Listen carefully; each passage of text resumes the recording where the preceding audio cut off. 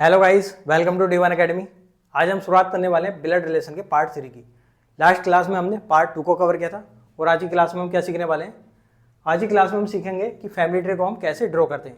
यहाँ पर आप देख सकते हैं कुछ सिंपल से क्वेश्चन दे रखे हैं, बहुत ही बेसिक से क्वेश्चन है और भी क्वेश्चन है प्रैक्टिस के लिए। तो पहले हमें इनका फैमिली ट्री ड्रॉ करना है, उसके बाद हम क्वेश्चन पर पहुँचेंगे। डायरेक्ट हमें क्वेश्चन पर नहीं पहुँचना है। क्यों नहीं पहुँचना है? क्योंकि अगर हम डायरेक्ट क्वेश्चन पर पहुँचेंगे तो हमें बहुत ज़्यादा टाइम लग जाएगा उनको सोल्व करने में। ठीक है, क्यों लग जाएगा टाइम? क्योंकि हमने अभी तक जो बेसिक्स पढ़ा है ना, जो ब्लड रिलेशन में हमने अभी बेसिक्स पढ़ा है वो हमारे अभी माइंड में सेट नहीं हुआ है। ये कब तक सेट नहीं होगा? जब तक हम इनके सिंपल से क्वेश्चंस की प्रैक्टिस नहीं कर लेते, तब जाकर हमारे माइंड में सेट हो जाएगा। और हाँ, एक बात और बता देता हूँ मैं आपको। आप किसी भी सब्जेक्ट, कोई भी सब्जेक्ट आप पढ़ रहे हैं, कोई भी चैप्टर पढ़ रहे हैं, उसमें तो आप थ्योरी पढ़ते हैं, कॉन्सेप्ट पढ़ते हैं, तो उसमें वो आपको समझ तो आ जाता है, लेकिन आपके माइंड में पूरी तरीके से सेट नहीं होता है। वो कब सेट होता है? जब आप उसके कुछ सिंपल से क्वेश्चंस लगाते हैं, तब जाकर आपके माइंड में वो सेट होता है। पूरी थ्योरी, पूरा कॉन्सेप्ट आपके माइंड में तभी सेट होता है जब आप उसकी क्वेश्चंस की प्रैक्टिस करते हैं। ठीक है, तो प्रैक्टिस जरूर करते रहना। तो ये बात हमेशा ध्यान रखना है। तो हमें क्या करना है? हमें पहले बेसिक से कॉन्सेप्ट पढ़ने हैं, बेसिक से क्वेश्चंस लगाने, इसके बाद में हम पहुँचेंगे क्वेश्चंस पर। जब हम क्वेश्चंस पर पहुँचेंगे उससे पहले पहले ही इनकी प्रैक्टिस करते हुए हमारा जो बेसिक कॉन्सेप्ट है पूरा हमारे माइंड में सेट हो जाएगा। उसके बाद जब हम क्वेश्चंस लाएंगे तो बहुत अच्छे से और बहुत जल्दी उनको डील कर पाएंगे। ठीक है, पहले हम बात कर लेते हैं लास्ट क्लास के बारे में। लास्ट क्लास में हमने क्या पढ़ा था उसका मैं आपको रिकैप करा देता हूँ, उसका रिवाइज कर लेते हैं एक बार। लास्ट क्लास में ब्लड रिलेशन के पार्ट 2 में मैंने आपको बताया था ब्लड रिलेशन के बेसिक कॉन्सेप्ट। बेसिक कॉन्सेप्ट में हमने 3 पॉइंट्स पढ़े थे। ब्लड रिलेशन का जो बेसिक कॉन्सेप्ट होता है वो लास्ट क्लास में हमने पढ़ा था, उसमें हमने पढ़े थे 3 पॉइंट्स। 3 पॉइंट्स को कवर किया था। पहला था रिलेशन, दूसरा हमने पढ़ा था सिंबल्स, और तीसरा पढ़ा था लास्ट फैमिली ट्री। रिलेशन में मैंने आपको बताया था कि किन किन रिलेशंस का हम इस सिलेबस में यूज़ करने वाले हैं, इस चैप्टर में यूज़ करने वाले हैं। और मैंने आपको ये बताया था कि कुछ रिलेशन ऐसे भी होते हैं जिनका हमारे इस चैप्टर से कोई लेना देना नहीं होता। दूसरा मैंने आपको बताया था पॉइंट सिंबल्स। सिंबल्स में मैंने आपको बताया था कि हम 5 सिंबल्स का यूज़ करेंगे इस चैप्टर में। वो कौन कौन से थे? एक तो मेल को जो डिनोट करता है वो सिंबल था, एक फीमेल को डिनोट करता है, तीसरा था सेम जनरेशन वाला, और एक था जनरेशन गैप, और लास्ट था हस्बैंड वाइफ वाला सिंबल जो था। ठीक है, इन 5 सिंबल्स के बारे में मैंने आपको बताया था कि हम इस पूरे चैप्टर में इन्हीं 5 सिंबल्स का हम यूज़ करेंगे। फिर बात आती है, लास्ट पॉइंट था फैमिली ट्री, जो हमने कवर किया था। फैमिली ट्री मैंने आपको बताया था कि फैमिली ट्री होता क्या है, फैमिली ट्री ही क्यों बोलते हैं उसको, और इसको बहुत अच्छे से हमने डिफाइन भी किया था। फिर इसमें पॉइंट आता है कि फैमिली ट्री को कैसे ड्रॉ किया जाए, कैसे ड्रॉ करना है, ये आज हम इस क्लास में सीखेंगे। लेकिन इससे पहले ही मैंने आपको एक पॉइंट बताया था लास्ट क्लास में। वो पॉइंट ये था कि फैमिली ट्री ड्रॉ करने से पहले हमें 3 बातों का पता होना ही चाहिए। वो बातें कौन कौन सी थी? वो 3 पॉइंट्स बताए थे मैंने। पहला पॉइंट बताया था कि सिंबल्स, हमें सिंबल्स की जानकारी होनी चाहिए, सिंबल्स का हमें पता होना चाहिए। दूसरे पॉइंट बताया था मैंने आपको जनरेशन गैप, कि हमें जनरेशन गैप का भी पता होना चाहिए। क्या होता है जनरेशन गैप, ये बहुत अच्छे से हम कवर कर चुके हैं। और तीसरा पॉइंट आया था हमारा जेंडर। जेंडर क्या होता है, कितने जेंडर्स का हम यूज़ करने वाले हैं। तो मैंने आपको बताया था कि 2 ही जेंडर का यूज़ करेंगे, मेल और फीमेल। और इसमें मैंने आपको बताया था जेंडर में कि हम जेंडर को कैसे डिफाइन करते हैं। जेंडर के बारे में मैंने आपको 3 पॉइंट्स बताए थे। पहला पॉइंट था कि हम जेंडर को कभी भी नेम के बेस पर डिफाइन नहीं करने वाले। अगर किसी का नाम दे दिया है तो हम ये नहीं पता लगाएंगे कि ये लड़का है ये लड़की, हम उसको कंफर्म नहीं करेंगे, आइडेंटिफाई नहीं करेंगे उसके नेम के बेस पर। और दूसरा पॉइंट मैंने आपको बताया था कि रिलेशन के बेस पर ही डिफाइन करना है। जब हमें किसी के बारे में रिलेशन पता होगा, जैसे चाचा चाची, भाई बहन, इसका रिलेशन अगर हमें दे रखा है तभी हम उसको जेंडर डिफाइन करेंगे, वरना हम नए नेम के बेस पर नहीं करने वाले। ठीक है, इसके बाद मैंने तीसरा पॉइंट बताया था एक एक्सेप्शन केस, हस्बैंड वाइफ वाला। हस्बैंड वाइफ वाला मैंने ये बताया था कि अगर हस्बैंड वाइफ का कोई रिलेशन दे रखा है, अगर उनमें हमें उसका एक जेंडर का पता है तो दूसरा अंडरस्टूड होता है। अगर एक है, एक मेल है तो दूसरा फीमेल ही होगा। ठीक है, तो ये पॉइंट हम कवर कर चुके हैं लास्ट क्लास में। ठीक है, ये था हमारा ब्लड रिलेशन का पार्ट 2, जिसमें हमने इतना कुछ पढ़ा था, बेसिक कॉन्सेप्ट पढ़े थे। ठीक है, आज हम कवर करने वाले हैं ब्लड रिलेशन के पार्ट 3 को। तो पहले मैं आपको बताता हूँ, जिसने भी ये पार्ट 2 नहीं देखा ब्लड रिलेशन का, तो पहले उस पार्ट को जाकर देख ले।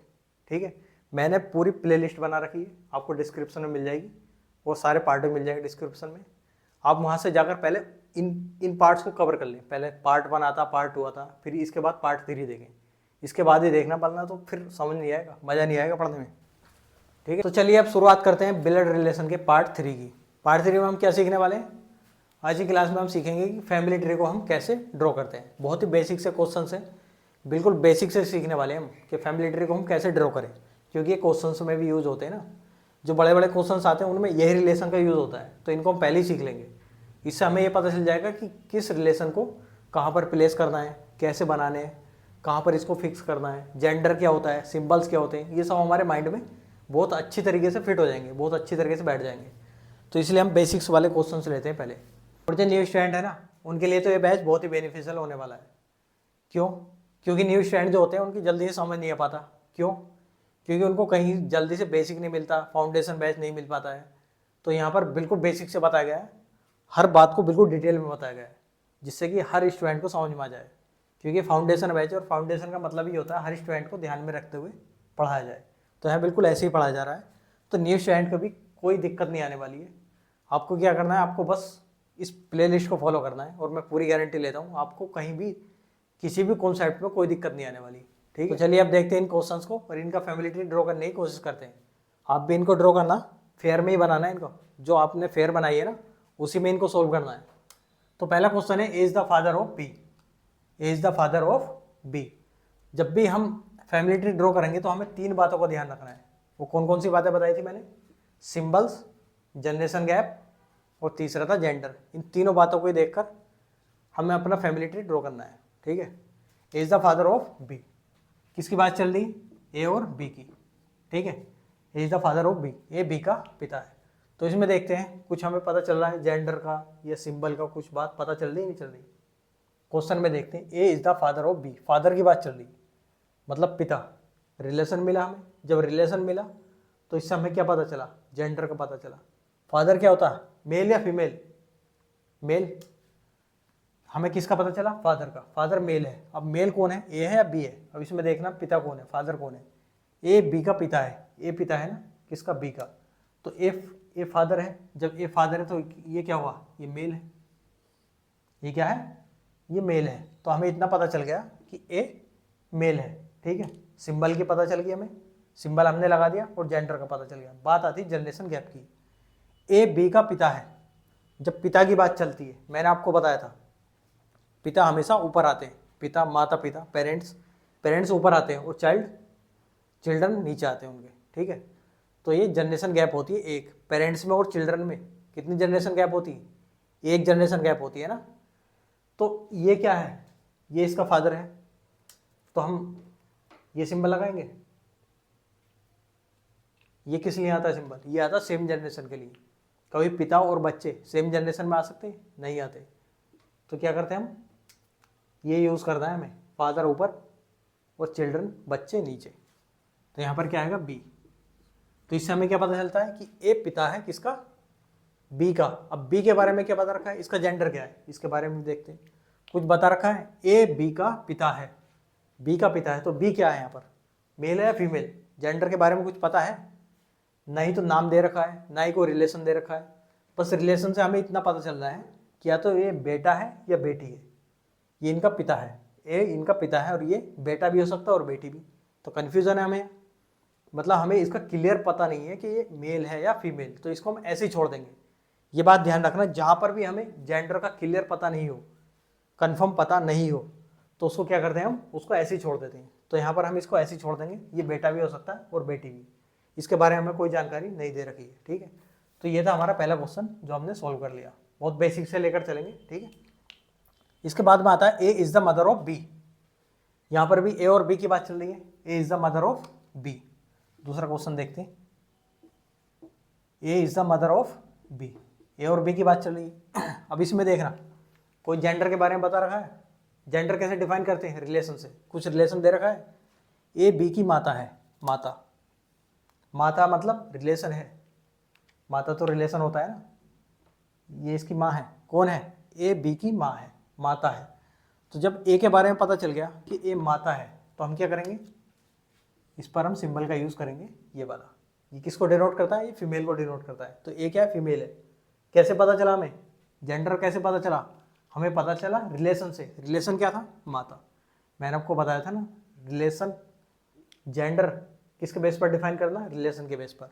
तो हमने इसका जेंडर डिफाइन करा, ए का जेंडर डिफाइन किया हमने किसके बेस पर, रिलेशन के बेस पर। कौन सा रिलेशन, माता का रिलेशन। माता का रिलेशन क्या होता है, मेल फीमेल, फीमेल होता है, तो इसलिए हमने इसको फीमेल बना दिया। अब बात आती है बी कहाँ पर आएगा, ए बी की माता है, बी कहाँ पर आएगा, माता की बात चल रही, पेरेंट्स है, तो पेरेंट्स क्या होते हैं, ऊपर आते हैं, तो बी का आएगा, बी आएगा नीचे। तो ये जनरेशन गैप है या नहीं, जनरेशन गैप है, तो जनरेशन गैप का सिंबल क्या होता है, ये होता है। तो हमने जनरेशन गैप भी लगा दिया, जेंडर का भी यूज़ हो गया, सिंबल का भी यूज़ हो गया, तीनों बातें यूज़ हुई या नहीं हुई। फैमिली ट्री जब हम ड्रॉ करते हैं तो तीनों बातें यूज़ होती हैं, जेंडर, जनरेशन गैप और सिंबल, तीनों का हम यूज़ करते हैं। तो ये था हमारा दूसरा क्वेश्चन। तीसरे पर आते हैं, ए बी का बेटा है। अभी उल्टा हिसाब हो गया भाई, ए बी का बेटा है, ए और बी की बात चल रही है। तीसरा क्वेश्चन देखना, ए बी का बेटा है, ए और बी। पहले हम देखते हैं जेंडर को डिफाइन करते हैं। जेंडर किससे डिफाइन करते हैं, रिलेशन से। रिलेशन क्या है यहाँ पर, बेटा, सन, ये is the son of B. Son क्या है, बेटा होता है, तो हमें जेंडर का तो पता चल गया। अब कौन सा है सन, कौन सा है बेटा, ए है या बी है। तो यहाँ से हमें पता चला A is the father of, A is the son of B, A B का बेटा है। ए है किसका बेटा, बी का, तो ये क्या है, बेटा है। तो बेटा मेल होता फीमेल, मेल, तो ये क्या हुआ, मेल। अब बात आती है, ये सेम जनरेशन है, ये जनरेशन गैप है, क्या है, ये जनरेशन गैप है। तो ए कहाँ पर आएगा, जब बेटा है तो नीचे आएगा ना, तो बेटा नीचे आता है, तो हम इसको यहाँ पर ड्रॉ करते हैं, बी ऊपर आएगा और ए यहाँ पर आएगा, ए पर ये कर देंगे हम, ये इसका बेटा है, सिंबल से हमें पता चल गया बेटा है। अगर यहाँ पर ये सर्किल बना देता मैं ऐसे, तो इसे ये होता कि ये इसकी बेटी है। तो ए बी का बेटा है। अब बी क्या है यहाँ पर, बी के बारे में कोई जेंडर बता रखा है या नहीं, A is the son of B, A B का बेटा है, केवल बी का बेटा है, बी के बारे में कुछ बता नहीं रखा है। अब ये इसका पेरेंट्स में मदर भी हो सकता है और ये फादर भी, ये माँ भी हो सकती है और पिता भी। तो अब क्या है ये, हमें तो बता ही नहीं रखा। तो जब हमें इसके बारे में कंफर्म नहीं है, तो इसको हम ऐसे ही छोड़ देंगे। इससे हमें ये पता चलता है कि ए जो है इसका बेटा है। अब ये इसकी माँ भी हो सकती है और इसका पिता भी हो सकता है, ठीक है। अब बात करते हैं हम फोर्थ पॉइंट के बारे में। चौथा क्वेश्चन है, A is the daughter of B, A is the daughter of B. A और बी के बारे में बात चल रही है। पहले जेंडर डिफाइन करते हैं। जेंडर कैसे डिफाइन करना है, हमें रिलेशन से डिफाइन करना है। रिलेशन क्या दे रखा है, पुत्री, पुत्री है, यह हमें पता चल गया कि ए या बी इनमें से एक पुत्री है, ठीक है। रिलेशन पता चल गया, हमें रिलेशन दे रखा है, इससे हमें जेंडर पता चल गया। तो अब कौन सी है पुत्री, ए है या बी, ए बी की पुत्री है, ए है पुत्री, A is the daughter of B. A क्या है, डॉटर है, किसकी, बी की। जब डॉटर है तो इसके ये सिंबल लगा देंगे हम, ठीक है। हमें सिंबल का पता चल गया इसका। अब बात आती है रिलेशन को शो करना है, फैमिली ट्री ड्रॉ करना है अब हमें, ठीक है। ए बी की पुत्री है, तो ए नीचे आएगी या ऊपर, पुत्री है तो ये तो नीचे आएगी। बी कहाँ पर आएगा, बी ऊपर। अब बी क्या है, मेल है फीमेल, इसके बारे में कुछ जानकारी हमें दे नहीं रखी। ना तो हमें ये पता है कि इसका पिता है, ना ही हमें ये पता है कि इसकी माता है, तो हम इसको ऐसे छोड़ देंगे। तो ये हमारा रिलेशन था फोर्थ वाला। तो हमने 4 क्वेश्चन किए हैं अभी। पहला है ए बी का पिता है, इससे हमें क्या पता चल रहा है, ए बी का पिता है। इससे हमें क्या पता चल रहा है, ए बी की माता है, ये फीमेल है ना और ये जनरेशन गैप है, तो ए क्या है, बी की माता है। और इससे हमें क्या पता चलता है, ए क्या है, ये मेल है, ये इसका बेटा है, किसका, बी का। और यहाँ पर ये फीमेल है, तो ए बेटी है किसकी, बी की। तो हमने 4 पॉइंट पढ़े हैं, 4 क्वेश्चन किए। अब इन क्वेश्चंस को देखते हैं और इनका फैमिली ट्री ड्रॉ करते हैं। पहला है, A is the brother of B, A B का भाई है। 5वां क्वेश्चन है, ए बी का भाई है, किसकी बात चल रही है, ए और बी की बात चल रही है, ए बी का भाई है। अब इसमें क्या करना है, सबसे पहले हमें देखना है जेंडर। जेंडर किससे पता चलता है, जेंडर पता चलता है रिलेशन से, संबंध से। संबंध क्या है इसमें, भाई का संबंध है कि इनमें कोई ना कोई भाई है, ठीक है। तो भाई है, तो देखते हैं कौन सा भाई है, ए बी का भाई है, ए है भाई, ये क्या है, ये है भाई, किसका, बी का। तो जब ये भाई है तो इस पर सिंबल कौन सा आएगा, जेंडर कौन सा है इसका, मेल है या फीमेल। जब भाई है तो ये क्या होगा, मेल, ठीक है, ये होगा मेल, ए बी का भाई है। अब ये बताइए बी क्या है, बी मेल है फीमेल, इसके बारे में कुछ बता रखा है? ए बी का भाई है, सिर्फ ए के बारे में बता रखा है कि ए भाई है किसका, बी का। अब बी का नहीं पता, बी इसकी सिस्टर भी हो सकती है, भाई भी हो सकती है, कंफर्म नहीं है पूरा। जब कंफर्म नहीं है तो इसको हम ऐसे ही छोड़ देंगे। अब बात आती है जनरेशन गैप की। ये बात सेम जनरेशन की चल रही है या जनरेशन गैप की चल रही है, किसकी बात चल रही है? जब बात चलती है भाई की, तो भाई की बात चल रही है तो सेम जनरेशन के होते हैं भाई, ठीक है। तो यहाँ पर क्या सिंबल आएगा, इस सिंबल का हम यूज़ करते हैं, ए बी का भाई है, ठीक है। अब देखते हैं 6, A and B are brothers, A and B are brothers, A और बी की बात चल रही है, ए और बी ब्रदर्स है। तो हमें जेंडर देखना है, जेंडर किसका देखना, जिसका भी जेंडर पता चल जाए। जेंडर कैसे पता चलता है, रिलेशन से। रिलेशन क्या है इसमें, संबंध दे रखा भाई का, मतलब भाई है, ए और बी दोनों भाई हैं, दोनों आपस में भाई हैं। तो हमें इसका भी पता चल गया, इसका भी, दोनों भाई हैं। जब दोनों भाई हैं तो सिंबल कौन सा आएगा, जेंडर कौन सा है, मेल। भाई क्या होता है, मेल, तो दोनों पर मेल आ जाएगा। अब बात किसकी चल रही है, सेम जनरेशन की या जनरेशन गैप है, क्या है इसमें? जब भाई की बात चलती है तो भाई बहन हो या दोनों भाई हो दोनों बहन हो, तो कौन सी बात चलती है, सेम जनरेशन की। तो सेम जनरेशन का सिंबल क्या है, ये। इससे हमें देखकर ये पता चलता है कि ये दोनों भाई हैं। अब बात आती है 7th, A is the sister of B, A B की सिस्टर है, ए और बी की बात चल रही है। तो इसमें जेंडर देखते हैं पहले, जेंडर कैसे पता चलता है, रिलेशन से। रिलेशन क्या है, बहन का। बहन कौन है इसमें, ए बहन है किसकी, बी की। जब ए बहन है तो इसका हमें जेंडर पता चल गया। जेंडर क्या हुआ, फीमेल, लड़की है, तो लड़की को ऐसे डिनोट करते हैं, किसकी बहन है, बी की। तो सेम जनरेशन की बात चल रही, बहन भाई की बात चल रही है, तो सेम जनरेशन के लिए ये सिंबल आता है। और बी का जेंडर क्या है, बी के जेंडर के बारे में कोई हमें बात नहीं बताई गई है यहाँ पर। इसमें ये दे रखा है, A is the sister of B, A B की सिस्टर है, बी का नहीं पता। ये इसका भाई भी हो सकता है, अगर यहाँ पर भाई होता ये तब भी सिस्टर थी, ये सिस्टर होती है तब भी ए इसकी सिस्टर थी। तो हमें कंफर्म नहीं है, कंफर्म नहीं है तो इसको ऐसे ही छोड़ देंगे। नेक्स्ट देखते हैं, यह है A and B are sisters, A और बी बहनें हैं, दोनों बहनें हैं। किसकी बात चल रही, बहनों की बात चल रही, ए और बी दोनों बहनें हैं। पहले जेंडर देखते, जेंडर क्या है, दोनों बहनें हैं, बहनों की बात चल रही, तो बहनें क्या है, फीमेल, तो फीमेल के लिए दोनों जेंडर इस तरीके से शो करेंगे हम। और बात किसकी चल रही है, जनरेशन गैप या सेम जनरेशन की, दोनों बहनें हैं तो सेम जनरेशन की बात चल रही, तो सेम जनरेशन के लिए ये सिंबल आता है। तो अब देखते हैं इन क्वेश्चंस को और इनका फैमिली ट्री ड्रॉ करते हैं। आप भी मेरे साथ साथ ड्रॉ करना। पहला है, A is the husband of B, A B का पति है। किसकी बात चल रही, ए और बी की। तो हमें सबसे पहले क्या करना होता है, सबसे पहले हम जेंडर फाइंड आउट करते हैं कि इनका जेंडर क्या है, ये मेल है या फीमेल है, ठीक है। तो इसमें देखते हैं मेल है या फीमेल। इसका पता हम कैसे लगाते हैं, जेंडर का पता हम कैसे लगाते हैं, जेंडर का पता लगाते हैं हम रिलेशन से, संबंध से। कुछ संबंध दे रखा है इनके बारे में या नहीं। यहाँ पर देखना, ए बी का पति है, किसका संबंध है, हस्बैंड का संबंध है। हस्बैंड है कौन, ए, किसका, बी का। तो हस्बैंड से हमें क्या पता चला, ए हस्बैंड है, तो इसका जेंडर क्या होगा, मेल, तो ए क्या हुआ यहाँ पर, मेल। अब बात आती है बी की, बी क्या है, बी के जेंडर के बारे में कुछ पता है हमें, नहीं पता। यहाँ पर देखना, ए बी का पति है, ए किसका पति है, बी का, लेकिन बी का भी जेंडर हमें पता ही नहीं, तो हम इसको ऐसे ही छोड़ देंगे। इसके बारे में आपको पहले ही बता चुका हूँ, जेंडर का एक एक्सेप्शन केस होता है, वही है एक्सेप्शन केस। एक्सेप्शन केस क्या होता है, अगर हस्बैंड वाइफ के रिलेशन में अगर हमें एक जेंडर का पता हो तो दूसरे का अंडरस्टूड होता है।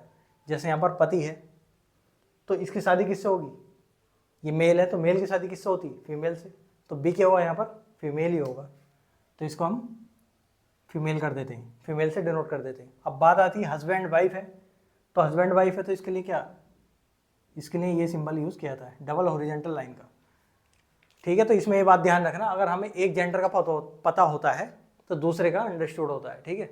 जैसे इसमें यहाँ पर हस्बैंड का पता था तो वाइफ का तो हमें पता ही रहेगा, क्योंकि हस्बैंड की शादी वाइफ से होती है, तो मेल की फीमेल से होती है, तो यहाँ पर क्या होगा, फीमेल। अब बात करते हैं नेक्स्ट क्वेश्चन की, ये बहुत इंपॉर्टेंट है। A is the grand father of B, A B के दादा हैं, ए क्या है, दादा हैं, किसके, बी के। तो ए और बी की बात चल रही है, किसकी बात चल रही है, ए और बी के बारे में बात चल रही है। तो ए क्या है, पहले जेंडर फाइंड आउट करते हैं। ए क्या है, दादा। जब दादा है तो मेल है फीमेल, मेल, तो ए का पता चल गया हमें कि मेल है, ठीक है, हमें ये तो पता चलेगा कि मेल है। अब हमें दादा का रिलेशन लगाना है, इनको दादा बनाना है। कैसे बनाएंगे, कैसे बनाएंगे दादा इनको?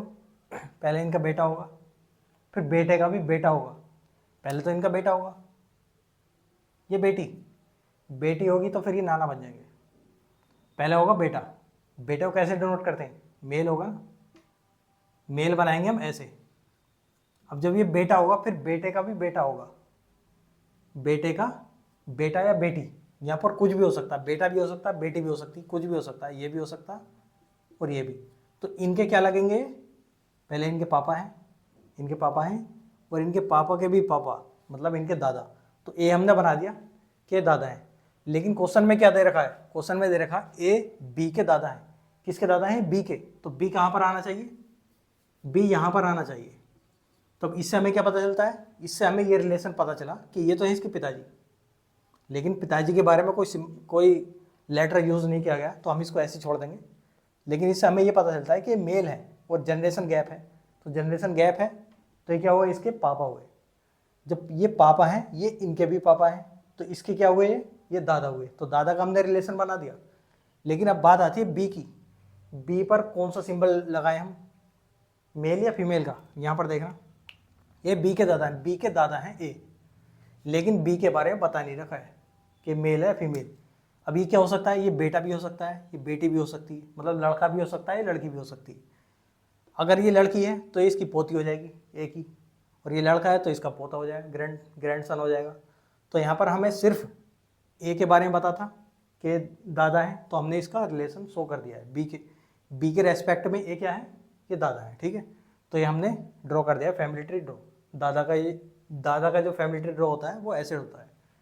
अब बात आती है next, P is the grand mother of Q. Grand mother, दादी की बात आ गई। पी क्यू की दादी है। अब ए बी की बात चल रही थी तो मैंने इसको स्किप कर दिया, पी और क्यू की बात चलेगी। P is the grand mother of Q. ठीक है, पी ग्रैंड मदर है किसकी? क्यू की। पी और क्यू की बात चल रही है, पी क्या? Grand mother. रिलेशन देखो पहले, रिलेशन क्या है? ग्रैंड मदर का दादी का। दादी कौन है? पी। तो पी का जेंडर हमें पता चल गया, किसकी है? दादी, क्यू की दादी है। तो पहले पी का एक बेटा होगा, दादी बनाना है इसको, पहले इसका बेटा बनाओ, ये बेटा होगा। फिर बेटे का भी बेटा या बेटी होगी, मतलब इसके बेटे के जो बच्चे होंगे, बेटा हो या बेटी हो, कुछ भी हो, उसकी दादी होगी। तो क्यों की दादी है, तो क्यों इसका बेटा है या बेटी है, तो इसकी दादी हुई या नहीं हुई? यहाँ पर देखना, ये इसके पिताजी हैं, ये पिताजी के भी पिताजी हैं, तो ये पिताजी की भी माता जी हैं, ये पिताजी हैं, पिताजी की माता जी हैं, तो इसकी क्या हुई? ये दादी हुई। तो क्योंकि पी क्या है? यहाँ पर दादी है, तो इसका रिलेशन भी हमने शो कर दिया, इसका ध्यान रखना। अब इस क्वेश्चन को देखते हैं, P is the grand son of Q. P Q का पोता है, पी क्यू का पोता है। 12th 12वां देखते हैं, पी और क्यू की बात चल रही है, पी क्या है? क्यू का पोता है। तो सबसे पहले क्या करना है? हमें जेंडर फाइंड आउट करना है। जेंडर कैसे करते हैं हम? रिलेशन से, संबंध से। संबंध क्या है? ग्रैंडसन का। ग्रैंडसन कौन है यहाँ पर? पी है। पी क्या है? ग्रैंडसन है। तो इससे हमें ये पता चल गया कि पी जो है मेल है, क्यू का पोता है। अब पोता है तो अब इसका फैमिली ट्री ड्रॉ करते हैं। जब पोता कब आता है? पहले बाप, फिर उसका बेटा, फिर उसके बेटे का भी बेटा। ठीक है, तब आता है। तो पहले बाप बना दिया हमने, ये इसका पिताजी है। पिताजी के बाद ये बना दिया हमने पी। ठीक है, पी बना दिया, तो ये इसके पिताजी हैं। अब इसके पिताजी के पिताजी, पिताजी के पिताजी हो या माताजी हो, कुछ भी हो सकते हैं। तो यहाँ पर क्या देगा? क्यों। तो इनका पोता होगा ये, क्यों है, ये इसका बेटा है, ये इसके बेटे का भी बेटा, तो ये इसका पोता हुआ नहीं हुआ? क्यों का पोता हुआ या नहीं हुआ? ग्रैंडसन हुआ या नहीं हुआ? पहले इसका बेटा है, ये बेटे का भी बेटा, तो ग्रैंडसन हुआ इसका। ठीक है, तो ये हम रिलेशन शो करते हैं। अब क्यू के बारे में क्या? क्यू के बारे में कुछ बता रखा है? P is the grandson of Q. Q के बारे में कुछ नहीं बता रखा, इसके जेंडर का हमें पता ही नहीं चल रहा, तो इसके जेंडर को हम ऐसे ही छोड़ देंगे, क्योंकि ये दादी भी हो सकती है और दादा भी हो सकते हैं। बट ये क्या होगा? ये पोता ही होगा इसका। ठीक है, ये कुछ भी हो सकता है, दादा भी हो सकते हैं, दादी भी हो सकती है, लेकिन ये पोता होगा। तो हमें जो रिलेशन इसमें दे रखा था वही हमने फैमिली ट्री में ड्रॉ कर दिया है। ठीक है, अब बात करते हैं नेक्स्ट 13 में आता है P is the grand daughter of Q. P Q की पोती है। पी और क्यू की बात चल रही है, किसकी बात चल रही है? पी और क्यू की। अब पी क्या है यहाँ पर? पहले जेंडर डिफाइन देखते हैं। जेंडर किससे पता चलता है हमें? रिलेशन से, संबंध से। तो संबंध क्या है? पोती का संबंध। ग्रैंड डॉटर, कौन है ग्रैंड डॉटर? पी है। तो पी का हमें ये पता चल गया कि ये फीमेल है। अब फीमेल है, पोती है, किसकी पोती होती है? दादा की पोती होती है या दादी की पोती होती है? तो पहले हम यहाँ पर पी बना देते हैं, ये क्या है? पोती है। अब पहले इसके पिताजी होंगे, अब पिताजी के भी पिताजी या माताजी, उनकी तो पोती होगी है। पहले इसके पिताजी, फिर पिताजी के भी पिताजी या माताजी, या तो दादी होंगी या इसके दादा होंगे, तो इसकी क्या होगी? ये पोती होगी। ठीक है, तो ये हमारे 13 क्वेश्चन हो चुके हैं। ठीक है, ये कुछ रिलेशन नहीं है, ये मैंने ऐसे ही शो कर दिया है बस। जो फैमिली ट्री ड्रॉ किया है वो ये है, फैमिली ट्री जो है वो ये है। ये मैंने सिर्फ यहाँ पर ऐसी जेंडर को शो कर दिया है। ठीक है, और यहाँ पर क्यू का कोई रिलेशन, कोई जेंडर नहीं बता रखा है यहाँ पर इस क्वेश्चन में। P is the grand daughter of Q, क्योंकि ग्रैंड डॉटर है कौन? पी। तो इसके क्यू के बारे में कोई भी जेंडर डिफाइन नहीं किया हुआ है, तो इसको हम ऐसे ही छोड़ देंगे। यहाँ पर भी हमने छोड़ दिया था और यहाँ पर भी। जिसका हमें जेंडर का पता नहीं होता उसको हम ऐसे ही छोड़ देते हैं, जैसे यहाँ पर छोड़ दिया हमने। ठीक है, अब देखते हैं नेक्स्ट क्वेश्चन। 14 क्वेश्चन है, A is the maternal grand father of B. A B के नाना है। अब इसका फैमिली ट्री देखते हैं कैसे ड्रॉ करते हैं। ए बी के नाना है, किसकी बात चल रही? ए और बी की बात चल रही है। तो इसमें सबसे पहले हमें क्या करना है? जेंडर डिफाइन करना है। जेंडर कैसे डिफाइन करते हैं? रिलेशन से। रिलेशन क्या दे रखा है? नाना का रिलेशन। नाना कौन है? ए है या बी? ए बी के नाना है। नाना कौन है? ए। तो इससे हमें क्या पता चला? ये मेल है। नाना क्या होते हैं? मेल। ए बी के नाना है, इससे हमें ये पता चल गया। अब देखते हैं इसको फैमिली ट्री में कैसे ड्रॉ करते हैं। ए बी के नाना है, किसके नाना है? बी के। यहाँ पर ए हमसे बड़े हैं, नाना हमसे बड़े होते हैं, तो बड़े क्या होते हैं? वो ऊपर आते हैं, ऊपर वाली जनरेशन में, तो जनरेशन गैप तो है। अब नाना कैसे बनते हैं? नाना कैसे बनते हैं? नाना बनते हैं जब इनकी बेटी, इनकी एक बेटी होगी, बेटी के जो बच्चे होंगे, बेटी के जो बच्चे होंगे ये उनके नाना बनेंगे। तो यहाँ पर किसके नाना है? बी के नाना है, तो बी यहाँ पर होगा। बी के तभी तो नाना होंगे, ए तभी तो नाना होंगे बी के, जब बी की मम्मी के पापा, बी की मम्मी के पापा क्या होते हैं? बी के नाना होंगे। ठीक है, तो इस तरीके से हम नाना का फैमिली ट्री ड्रॉ करते हैं। ठीक है, अब देखते हैं next 15। A is the maternal grand mother of B. अब बात आती है नानी की। A is the maternal grand mother of B. A B की नानी है, ए और बी की बात चल रही है। ए नानी है किसकी? बी की। तो ए नानी है, ए का जेंडर क्या है? फीमेल। कैसे पता चला? रिलेशन से। रिलेशन क्या है? नानी। तो नानी क्या है? फीमेल। तो ए नानी है किसकी? बी की नानी है। अब ये ए नानी कब बनेगी? जब इसकी बेटी के बच्चे होंगे, जब इसकी बेटी के बच्चे होंगे उनकी तो नानी बनेगी। और बच्चा यहाँ पर क्या है? बी। इसकी बेटी के बच्चे की नानी है। ठीक है, मतलब ये इसकी मम्मी है, ये मम्मी की भी मम्मी, तो मम्मी की मम्मी क्या होती है? नानी होती। तो यहाँ पर ए क्या है? बी की नानी। और बी के बारे में कुछ दे रखा है?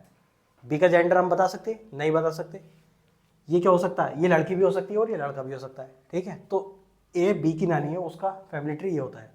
अब बात करते हैं next 16। M is the maternal grandson of N. Maternal grandson मतलब नाती की बात चल रही है। एम एन का नाती है, एम जो है एन का नाती है। अब बात किसकी चलती है? 16 इधर देखना। 16 में बात चल रही एम और एन की, एम और एन के बारे में। इसमें क्या दे रखा है? इसमें बता रखा है कि M is the maternal grandson of N, M N का नाती है। तो इससे सबसे पहले हम देखते हैं इसमें जेंडर डिफाइन करना है। जेंडर कैसे डिफाइन करते हैं हम? रिलेशन से डिफाइन करते हैं। रिलेशन क्या है? नाती। नाती क्या होता है? मेल या फीमेल? ये होता है मेल। तो मेल कौन है? नाती कौन है? एम है।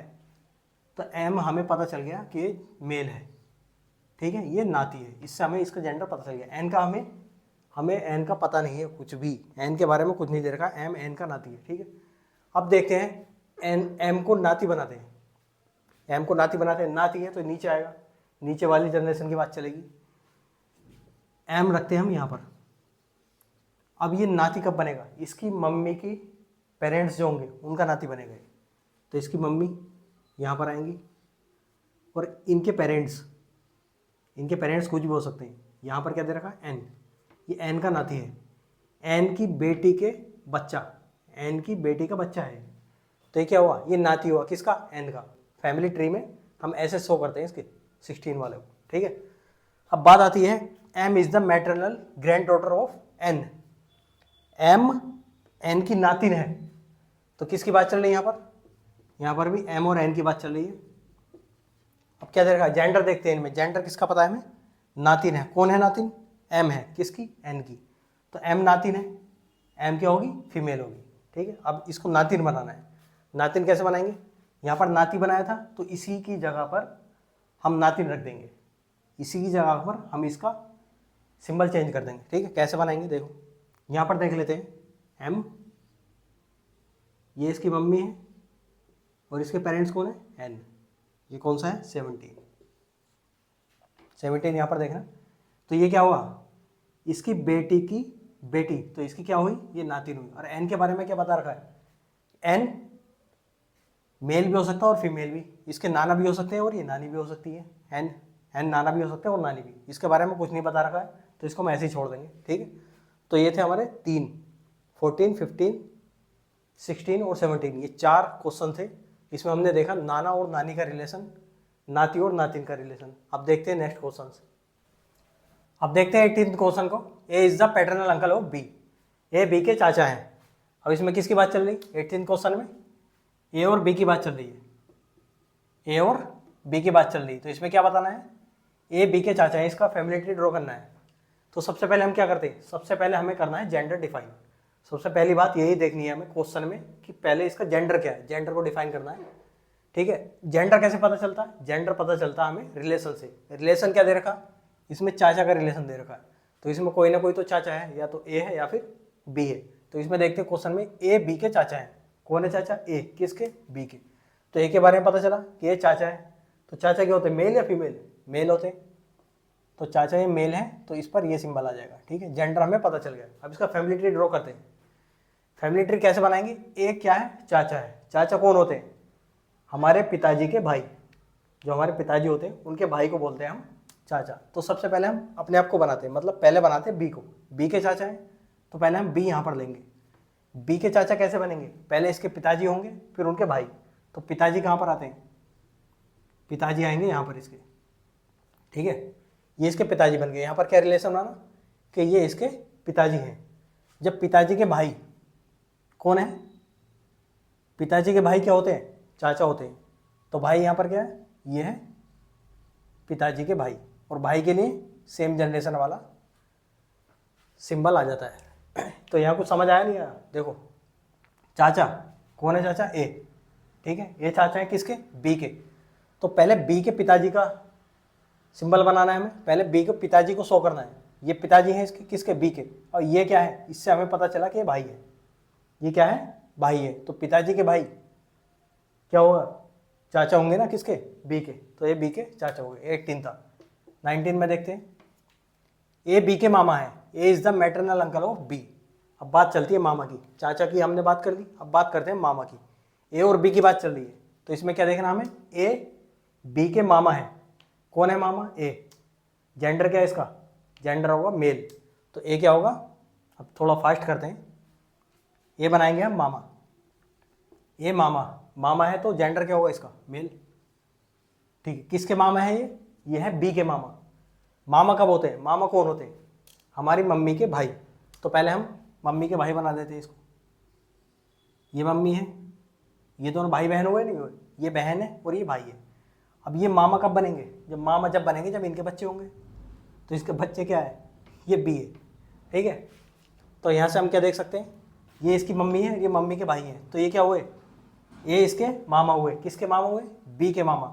तो ये 19 था, मामा का रिलेशन हमने शो कर दिया है। अब देखते हैं 20 में क्या बोल रहा है, P is the paternal uncle's wife of Q. किसकी बात चल रही है, यहाँ पर चाची की बात चल रही है। पी क्यू की चाची है, पी क्यू की चाची है। पी और क्यू की बात चल रही है, किसकी बात चल रही, पी और क्यू की। अब इसमें पहले जेंडर देखना, कौन है चाची, पी है, किसकी, क्यू की। तो पी चाची है तो ये मेल होगी फीमेल, ये होगी फीमेल। अब देखते हैं इसका फैमिली ट्री कैसे ड्रॉ करते हैं। अब बात आती है चाची की, तो चाची कब बनेगी क्योंकि ये, क्योंकि चाची कब बनेगी, जब पहले तो हमें चाचा बनाने पड़ेंगे, पहले चाचा बनाने पड़ेंगे, फिर इनकी वाइफ, यहाँ पर दे रखा है पैटर्नल अंकल्स वाइफ, ये पैटर्नल अंकल बनाने पड़ेंगे, फिर उनकी वाइफ, तब बनेगी चाची, ठीक है। क्यों है, पहले इनके चाचा बनाने पड़ेंगे। चाचा कब कैसे बनते हैं, पहले बनेंगे पिताजी, और ये पिताजी के भाई, और भाई की वाइफ, वाइफ के लिए क्या आता है, हस्बैंड वाइफ के लिए ये सिंबल आता है, ये कौन है, पी। अब बताइए ये क्या हुआ, ये है इसके चाचा, पिताजी हैं, पिताजी के भाई क्या हुए, चाचा, और चाचा की वाइफ, हस्बैंड वाइफ का सिंबल है। जब ये वाइफ है तो क्या हुई, इनकी चाची हुई, चाची हुई नहीं हुई, ये इसकी चाची हुई, ये चाचा है, चाचा की वाइफ क्या होती है, चाची होती है, ठीक है। तो ऐसे बनता है चाची वाला रिलेशन। अब बात करते हैं 21, P is the maternal uncle's wife of Q, aunt. देखो यहाँ पर चाची को भी आंट बोलते हैं, मामी को भी आंट बोलते हैं, इसलिए मैंने आपको बताया था कि जब भी आप क्वेश्चन को सोल्व करें तो एक बार हिंदी में जरूर देख लेना, हो सकता है कभी ये लिखा ना हो, ऑप्शन में भी ये लिखा ना हो, ये हो डायरेक्ट, ये हो डायरेक्ट, तो कंफ्यूज हो सकते हैं उसमें, ठीक है। तो इसलिए हिंदी में भी एक बार जरूर देख लेना, P is the maternal uncle's wife of Q. बात चल रही है 21, पी और क्यू की। पी क्यू की मामी है, कौन है मामी, पी, पी मामी है तो इसका जेंडर क्या होगा, फीमेल। पी और क्यू का बनाते हैं हम फैमिली ट्री। अब मामी कौन होती है, कौन होती है मामी, मामी होती है हमारी मम्मी के भाई की वाइफ, मैटरनल अंकल्स की वाइफ, मैटरनल अंकल्स की वाइफ। मैटरनल अंकल कौन होते हैं, मामा। तो पहले तो हमें मामा बनाने पड़ेंगे। क्यों है, क्यों है, क्योंकि मम्मी आएंगी पहले, जब मम्मी आएंगी तो इनके भाई आएंगे, ये है इसके भाई, इसकी मम्मी के भाई, तो ये क्या हुआ, इसके मामा। अब मामा की वाइफ, वाइफ के लिए, हस्बैंड वाइफ के लिए ये सिंबल आता है, कौन है वाइफ, पी है। जब पी वाइफ है तो इसको ऐसे शो करते हैं, ठीक है।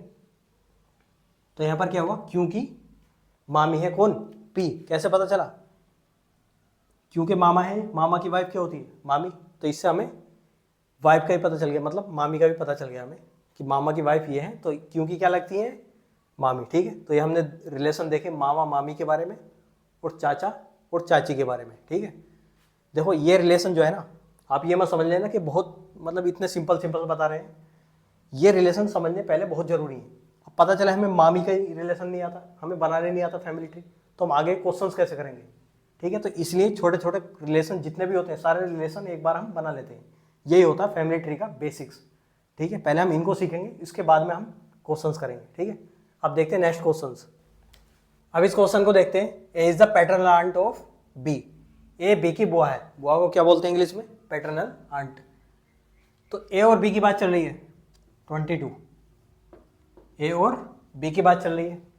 जेंडर देखते हैं सबसे पहले, जेंडर क्या है, बुआ, बुआ क्या होती है, फीमेल।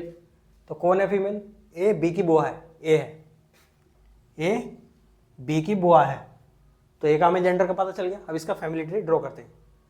ए बी की बुआ है, अब ए और बी में सेम जनरेशन है, जनरेशन गैप, सेम जनरेशन में आएंगे, जनरेशन गैप में, ये जनरेशन गैप में आएगा। क्यों, क्योंकि बुआ होती है हमारे पिताजी की बहन, तो पिताजी आते हैं हमारे, जनरेशन गैप होता है हम में और हमारे पिताजी में जनरेशन गैप होता है। तो जब हम में जनरेशन गैप है तो बुआ और पिताजी ये होते हैं सेम जनरेशन के, तो वो सेम जनरेशन है और हम जनरेशन गैप में, तो बुआ भी हमारी जनरेशन गैप ही, बुआ से भी एक बी का और ए का जनरेशन गैप ही होगा, ठीक है। तो देखते हैं ए बी की बुआ है, बी की बुआ है, तो बुआ होती क्या है, हमारे पिताजी की बहन। तो पहले इनके पिताजी को बनाया जाएगा, पहले इनके पिताजी को शो किया जाएगा, फिर इनकी बहन, बहन ए, ठीक है। तो ए क्या होगी, बी की बुआ होगी, ठीक है। और बी के बारे में कोई जेंडर पता है, बी लड़का भी हो सकता है, लड़की भी, ये इनका भतीजा भी हो सकता है और भतीजी भी। इसमें कुछ नहीं दे रखा, नहीं दे रखा तो हम इसको ऐसे ही छोड़ देंगे, ठीक है। तो यहाँ पर हमें ये पता चलता है कि ये हमारे पिताजी हैं, ये बी के पिताजी हैं, और पिताजी की बहन क्या होती हैं, बुआ होती हैं। तो ए का बी से क्या रिलेशन है, ए बी की बुआ है, ठीक है। तो इस तरीके से करते हैं हम फैमिली ट्री ड्रॉ। अब बात आती है, हाँ मैंने आपको बताए थे 5 सिंबल्स। एक तो ये होता है, ये तो जनरेशन गैप को शो करता है। एक ये होता है, ये कैसे ये किसको शो करता है, ये करता है सेम जनरेशन को शो। और एक बताया था मैंने, ये हस्बैंड वाइफ को शो करता है। एक होता है ये और दूसरा होता है ये, ठीक है। अब मैं इसके बारे में आपको बता देता हूँ, इसके बारे में बताता हूँ मैं कि जहाँ पर ये मिल जाए तो ये समझ लेना ऊपर जो होगा ना, ऊपर जैसे सिंबल मिल गया आपको सिंबल, तो इसके यहाँ पर जो होगा और यहाँ पर हमेशा पेरेंट्स होते हैं। क्या होते हैं? पेरेंट्स। या तो इसके पिताजी होंगे या फिर माता जी। और यहाँ पर क्या होते हैं? यहाँ पर होते हैं चिल्ड्रन, बच्चे। यहाँ पर क्या आते हैं? चिल्ड्रन। अब कहीं भी देख लेना, जहाँ पर भी ये सिंबल दिख जाए आपको जनरेशन गैप वाला, जैसे यहाँ पर देखना, तो यहाँ पर क्या है? ये जनरेशन गैप है, तो ये इसके पिताजी हैं। पिताजी और माता जी कोई भी हो सकता है इन दोनों में से, लेकिन होंगे क्या? इसके पेरेंट्स यहाँ पर। और यहाँ पर क्या होगा? यहाँ पर इसके बच्चे होंगे, यहाँ पर चिल्ड्रन होंगे इसके, ठीक है। तो ये बात हमेशा ध्यान रखना, जहाँ पर भी ये सिंबल दिख जाए तो ये समझ लेना यहाँ पर जो टच होगा वो यहाँ से इसके पेरेंट्स होंगे, और यहाँ पर जो होंगे ये इसके बच्चे होंगे, ठीक है। और जब बात आए सेम जनरेशन की, तो सेम जनरेशन में जहाँ पर भी ये टच होते हैं, यहाँ पर टच होगा या फिर यहाँ पर टच होगा। जैसे मान लो ये है और ये बी है, तो ये दोनों आपस में भाई बहन होंगे। या तो भाई होंगे या फिर बहनें होंगी दोनों, या भाई बहन भी हो सकते हैं, कुछ भी हो सकता है। मतलब यहाँ पर भाई बहन का रिलेशन होता है सेम जनरेशन में। जो सेम जनरेशन है यहाँ पर और यहाँ पर जो होंगे, इनमें भाई और बहन का रिश्ता होगा। या तो ये दोनों भाई भी हो सकते हैं, दोनों बहनें भी हो सकती हैं, एक भाई और एक बहन भी हो सकता है, ठीक है। तो सेम जनरेशन का ये जहाँ पर भी साइन आ जाए, जहाँ पर भी सिंबल दिख जाए, तो ये समझ लेना भाई का या बहन का रिश्ता मिलेगा वहाँ पर, ठीक है। और बात आती है इसकी, तो इसका तो हमें क्लियर पता है कि हस्बैंड वाइफ वाला ही रिलेशन मिलेगा यहाँ पर, ठीक है। 3 हो गए। और लास्ट है ये, सॉरी ये है, ये किसको शो करता है? ये मेल को और ये फीमेल को। इनका तो हमें पता चल जाएगा, तीनों को हमें पता चल जाएगा। लेकिन बात आती है इन दोनों की, यहाँ पर क्या होगा? यहाँ पर पेरेंट्स होंगे और यहाँ पर इनके बच्चे, और ये भाई बहन के रिलेशन को शो करेगा, सेम जनरेशन वाला, ठीक है। इस बात को हमेशा ध्यान रखना। यहाँ पर देखना, ये क्या है? सेम जनरेशन है, तो भाई बहन को शो कर रहा है, नहीं कर रहा? ए का भाई क्या है? ये है। और ये इसकी क्या है? ये बहन है, ठीक है। तो बी के पिताजी हैं, पिताजी की बहन क्या लगी इसकी? वो अलग ही, ठीक है। तो इनको, इन बातों को भी आप ध्यान रखना, ठीक है। बात करते हैं 23 में है, A is the maternal aunt of B. A B की मौसी है। अब मौसी की बात आ गई, ये क्या है? बी की मौसी है। तो ए मौसी है, फीमेल, पता चल गया हमें। ए और बी की बात चल रही है। ये इतना एग्जाम में करने की जरूरत नहीं, जो आप सीख जाओगे ना तो डायरेक्ट फैमिली ट्री बनाओगे, ठीक है। ये तो मैं बस आपको समझाने के लिए बता रहा हूँ कि आपको पता चल जाए कि ये फीमेल कैसे है। ये मौसी है, इसलिए मैंने इसको फीमेल बना दिया, ठीक है। ए बी की मौसी है। अब बी की मौसी है कौन? ए। तो इनमें जनरेशन गैप है या नहीं? जनरेशन गैप है। मौसी कौन होती है? हमारी मम्मी की बहन। तो मम्मी की बात चल रही, तो जनरेशन गैप आया नहीं आया? जब जनरेशन गैप आ जाता है तो ये समझ लेना कि मतलब ये नीचे आएगा और एक ऊपर आएगा, एक नीचे आएगा और एक ऊपर आएगा, जब भी जनरेशन गैप की बात चलती है, ठीक है। तो ए बी की मौसी है, तो बी नीचे आना है, ठीक है। क्योंकि बड़े रिलेशन जो होते हैं, जैसे हमारे पापा, दादा, बुआ, मौसी, ये सब क्या होते हैं? ये हमारे ऊपर ही आते हैं, ठीक है। तो बी की ये मम्मी है, और मम्मी की सिस्टर को ऐसे शो किया जाता है, सिस्टर है ए। तो यहाँ पर क्या हुआ? इसकी मम्मी की बहन, तो ये क्या हुई? ए बी की मौसी हुई, ठीक है। ए क्या है? बी की मौसी है। और ये क्या है? इसका जेंडर पता है हमें? इसका जेंडर हमें नहीं पता। ये लड़की भी हो सकता है, लड़की भी, ठीक है। तो इसको छोड़ देते हैं। बात आती है 24 की, ठीक है। 24 देखते हैं। A is son in law of B.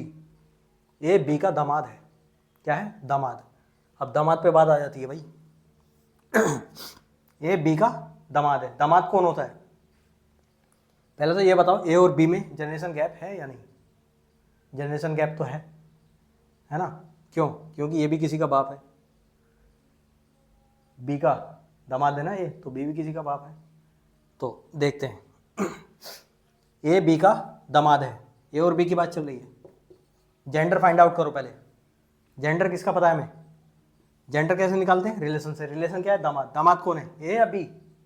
ए दामाद है, तो इसका हमें पता चल गया कि ये क्या है? ये मेल है। अब जब ये मेल है, अब देखते हैं फैमिली ट्री कैसे बनाएंगे दामाद का और इसका बी का। तो ए किसका दामाद है? बी का। तो ए तो नीचे आने वाला है, इधर बना जाए, ये तो नीचे आएगा और इसका हमें जेंडर भी पता है। किसका दामाद है? बी का। अब दामाद कब बनते हैं? दामाद बी का ये कब बनेगा? बी का दामाद तब बनेगा जब बी की बेटी से इसकी शादी होगी। तो यहां पर देखते हैं बी, और यहां पर आ जाती है इसकी बेटी, और इनकी कर देते हैं हम शादी। तो ये इसकी बेटी है, ये बेटी का हस्बैंड है, हस्बैंड वाइफ का रिलेशन है, इन दोनों से इसकी शादी हो गई। ये वाइफ है इसकी और ये हस्बैंड है, तो इसका ये क्या हुआ? दामाद हुआ। ये इसकी बेटी की, सॉरी, इसकी बेटी का पति है। तो बेटी का पति क्या होता है? दामाद होता है। किसका दामाद है? बी का। अब बी क्या है यहाँ पर? बी का जेंडर क्या है? ये इसकी माँ है या पिता है? देखो जनरेशन गैप आया नहीं आया? जब जनरेशन गैप आया तो इसका पेरेंट्स है, पेरेंट है, या तो पिता भी हो सकते हैं और माँ भी हो सकती है। लेकिन है क्या ये? पिता और माँ कुछ भी हो सकते हैं, लेकिन ये क्या है?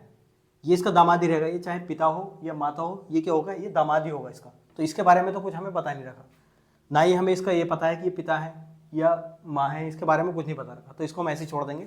लेकिन इससे हमें ये पता चल जाएगा कि ए बी का दामाद है, और ये हमें शो करना है। ठीक है, अब देख लेते हैं इस क्वेश्चन को। ये हमारा आज का लास्ट क्वेश्चन है। As daughter in law of B, A B की पुत्र वधू है। ए और बी के बारे में बात चल रही है, ए और बी के बारे में बात चल रही है। जेंडर पता है किसी का? हमें पता है। क्यों? क्योंकि हमें रिलेशन दे रखा है पुत्र वधू का। पुत्र वधू है, कौन है? ए या बी? ए है, ए बी की पुत्र वधू है। तो ए का हमें पता चलेगा कि ये फीमेल है। ठीक है, अब इसका फैमिली ट्री ड्रॉ कैसे करते हैं? ए बी की पुत्र वधू है, बी की पुत्र वधू है ना, तो ए कहां पर आएगा? पुत्र वधू है, पुत्र की बहू है ये किसकी बहू है? पुत्र की बहू है, पुत्र वधू।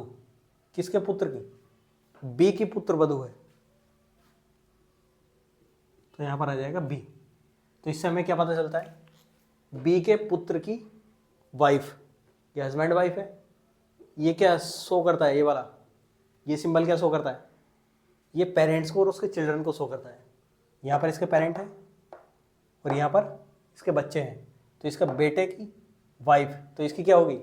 पुत्र वधू। किसकी पुत्र वधू? बी की। और बी क्या है यहाँ पर? बी कुछ भी हो सकता है, ये इसकी मम्मी भी हो सकती है, इसके पापा भी हो सकते हैं। तो इसका रिलेशन कैसे शो करते हैं? इस तरीके से शो करते हैं, इसके बेटे की वाइफ। तो क्या हो गई? ए बी की पुत्र वधू। ठीक है, अब बात करते हैं, ये क्वेश्चन दे रखा है यहाँ पर 26, इसको आपको बताना है। 26 में ये मैंने आपको रिलेशन दिया है, फैमिली ट्री बना दिया मैंने। यहाँ पर एक क्वेश्चन है, how is P related to Q? P का क्यू से क्या संबंध है? पी का क्यू से क्या संबंध है, ये आपको बताना है कमेंट बॉक्स में। ठीक है, और सबको बताना है। और ये ऑप्शन भी दे रखे हैं इसके, सास, ससुर, दामाद, दादा। ठीक है, तो इसका आंसर बताना है आपको कमेंट बॉक्स में। ठीक है, तो आज के लिए सिर्फ इतना ही। ठीक है, अब हम बात करते हैं होमवर्क की। ठीक है, होमवर्क की बात करने से पहले मैं आपको बता दूं, रुको जरा, पेशेंस रखो, अभी जाना नहीं है। आज की क्लास का रिकैप ले लेते हैं पहले। आज हमने क्या सीखा उसको रिवाइज कर लेते हैं। आज की क्लास में हमने सीखा कि हम फैमिली ट्री को हम कैसे ड्रॉ करते हैं। छोटे छोटे क्वेश्चन से लिए, उनके थ्रू हमने फैमिली ट्री बनाने की कोशिश की, और हम इसको बहुत आसानी से सीख भी गए कि हम किस तरीके से हम बनाते हैं। तो आज जो हमने सीखा है ना फैमिली ट्री में, जितने भी हमने बेसिक कॉन्सेप्ट सीखे थे आज तक, जितने भी हमने बेसिक कॉन्सेप्ट सीखे थे, उनको सभी को हमने फैमिली ट्री में अप्लाई किया है।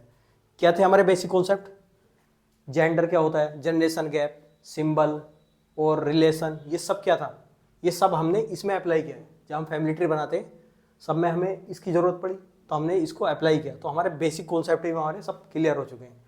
ठीक है, और हाँ एक बात मैंने आपको बताई थी, ब्लड रिलेशन की पार्ट 1 वाली जो वीडियो है ना, उसमें मैंने आपको बताई थी कि हम जो भी चैप्टर पढ़ेंगे उसमें 3 पॉइंट्स हम कवर करेंगे। 3 पॉइंट्स बताए थे नहीं मैंने? कौन कौन से पॉइंट बताए थे? पहला पॉइंट था टाइप्स ऑफ क्वेश्चंस, कितने टाइप्स के क्वेश्चंस आते हैं ये हमें पता होना चाहिए। ठीक है, और दूसरी बात थी बेसिक्स ऑफ चैप्टर का हमें बेसिक पता होना चाहिए कि इसमें चैप्टर में है क्या। ठीक है, तो ये 2 पॉइंट हम यहाँ तक कवर कर चुके हैं।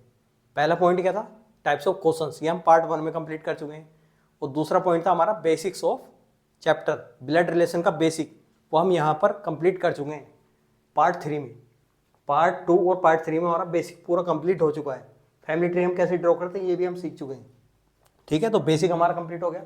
हमारा अब बचता है लास्ट पॉइंट, वो क्या है, that is how to deal with the questions. Questions से कैसे डील करें, उनको कैसे सोल्व करना है, क्या ट्रिक लगानी है, क्या मेथड लगानी है, ये बचा है हमारा लास्ट।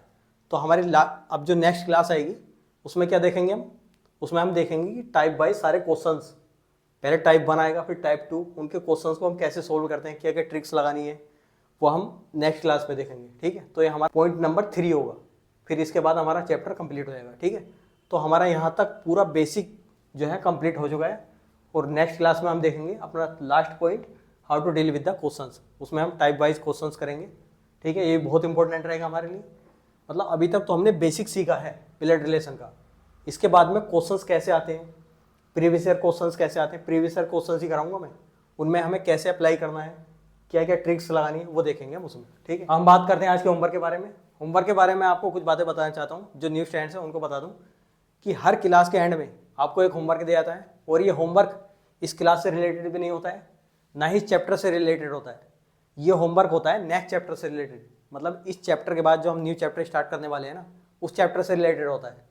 ऐसा क्यों करता हूँ मैं ऐसा इसलिए करता हूँ क्योंकि कुछ चैप्टर्स ऐसे होते हैं जिनको स्टार्ट करने से पहले हमें कुछ बातों को पता होना ही चाहिए। जैसे हम इस चैप्टर के बाद स्टार्ट करने वाले हैं प्रॉब्लम बेस्ड ऑन अल्फ़ाबेट्स, तो प्रॉब्लम बेस्ड ऑन अल्फ़ाबेट जब हम स्टार्ट करेंगे तो उसमें हमें 2 बातों का पता होना चाहिए, एक तो लेटर की प्लेस वैल्यू और दूसरा होता है लेटर के अपोजिट लेटर। प्लेस वैल्यू और अपोजिट लेटर ये दोनों हमारे फिंगर टिप्स पर होने चाहिए। अगर हम इनको अभी याद नहीं करेंगे ना, जैसे हमने चैप्टर स्टार्ट कर दिया प्रॉब्लम बेस्ड ऑन अल्फ़ाबेट्स, जब हम उनमें क्वेश्चन को सोल्व करेंगे तो हमें प्रॉब्लम आएगी, हम क्वेश्चन को सोल्व करें या इनकी प्लेस वैल्यू याद करें, क्या करें उस टाइम पर। तो ऐसे ही मैंने सोचा कि इनकी जो इंपॉर्टेंट बातें होती है ना, जो इंपॉर्टेंट चीज़ें होती हैं हर चैप्टर की, उसको होमवर्क में डाल दिया जाए। होमवर्क में डालने से फ़ायदा क्या होता है, एक तो मैं होमवर्क आपको बहुत कम देता हूँ, बहुत थोड़ा होमवर्क दिया जाता है। जैसे पार्ट 1 में हमने केवल 5 दिए थे, पार्ट 2 में ब्लड रिलेशन के पार्ट 2 के एंड में ये होमवर्क दिया था, और आज ये होमवर्क देने वाला हूँ। मतलब बहुत कम होमवर्क दिया जाता है, और इससे आपको याद करने में कोई दिक्कत नहीं आएगी, कोई प्रॉब्लम नहीं आएगी, एकदम याद कर लोगे, बर्डन भी नहीं पड़ेगा आपके माइंड पर। तो इससे होगा क्या, इससे ये होगा कि आप उस चैप्टर को स्टार्ट करने से पहले पहले आपके ये फिंगर टिप्स पर होंगे, आपको पता ही नहीं चलेगा कि हमने कब याद कर दिए, इसलिए होमवर्क में दिए जाते हैं। और ये सब बातें मैं आपको पार्ट 1 में ही बता चुका हूँ होमवर्क के बारे में। अब हम बात करते हैं आज के होमवर्क के बारे में। लास्ट क्लास में हमने ये होमवर्क कंप्लीट किया था, ये प्लेस वैल्यू याद की थी, और पार्ट 1 में हमने ये होमवर्क कंप्लीट किया था। और आज जो हम कंप्लीट करने वाले हैं, आज हम याद करने वाले हैं इनकी place value, PGIMS, P GIMS, इनकी प्लेस वैल्यू याद करेंगे। और यहाँ पर अपोजिट लेटर में हमने ए का अपोजिट लेटर याद कर लिया था, बी का याद कर लिया था, जी और एम और पी इनका अपोजिट लेटर हम याद करेंगे, ठीक है। तो हम देखते हैं कैसे याद करते हैं इनको। ये कैसे याद किया था हमने, मैंने एक आपको स्टोरी बताई थी। कौन सी स्टोरी थी, बरसात के मौसम में मैं और मेरा दोस्त बैठे थे बाहर, जलेबी खा रहे थे, चाय पी थी। उसके बाद में क्या होता है, उसके बाद से मैं एक स्टोरी बताता हूँ आपको, और इससे रिलेट करने की कोशिश करते हैं। उसके बाद होता क्या है, मैं अपने दोस्त से बोलता हूँ जो चाय लेकर आया था, जलेबी लेकर आया था, उसे मैं बोलता हूँ कि तुझे मेरे साथ चलना पड़ेगा 16 तारीख को, 16 तारीख को मेरे साथ चलना पड़ेगा। वो बोलता है कहाँ चलना पड़ेगा, मैं बोलता हूँ उससे कि कहीं घूमने जाना है, बस मेरी 16 को जो है हॉलीडे छुट्टी है मेरी, उस दिन घूमने चलेंगे। वो बोलता है अरे पागल है क्या, पागल है, 16 को, 16 को मैं घूमने जाऊँगा, मैं नहीं जा सकता तेरे साथ, मैं तेरे साथ नहीं जाऊँगा। मैं बोलता हूँ क्यों नहीं जाएगा भाई। वो बोलता है मैं कनाडा जाऊँगा। कनाडा, कनाडा क्या करने जाएगा। वो बोलता है तुझे पता नहीं है G7 समिट होने वाला है, G7 समिट होगा 16 तारीख को, और मुझे निकलना है 13 तारीख को। मैं 13 से 19 तक वहीं रहूँगा, 13 से 19 तक वहीं रहूँगा, मैं तेरे साथ नहीं जाने वाला। मैं बोलता हूँ अच्छा, आई नो, इतना बड़ा लीडर हो गया भाई। तो उस दिन मुझे एक बात पता चली अपने दोस्त के बारे में, कि मुझे, आपको पता है G7 समिट क्या होता है, G7 समिट के बारे में पता है आपको। G7 समिट ये होता है, जो डेवलप्ड कंट्री होती है ना, 7 कंट्रीज़, उनके जो लीडर होते हैं वो उस मीटिंग में जाते हैं, और मेरा दोस्त बोल रहा था उसमें जाने के लिए।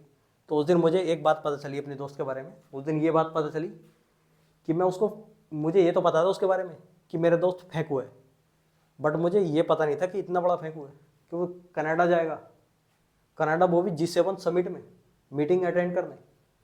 बहुत बढ़िया भाई, आई नो। फिर मैं उससे बोलता हूँ ठीक है भाई, तू वहाँ चला जाना, मेरे साथ मत जाना।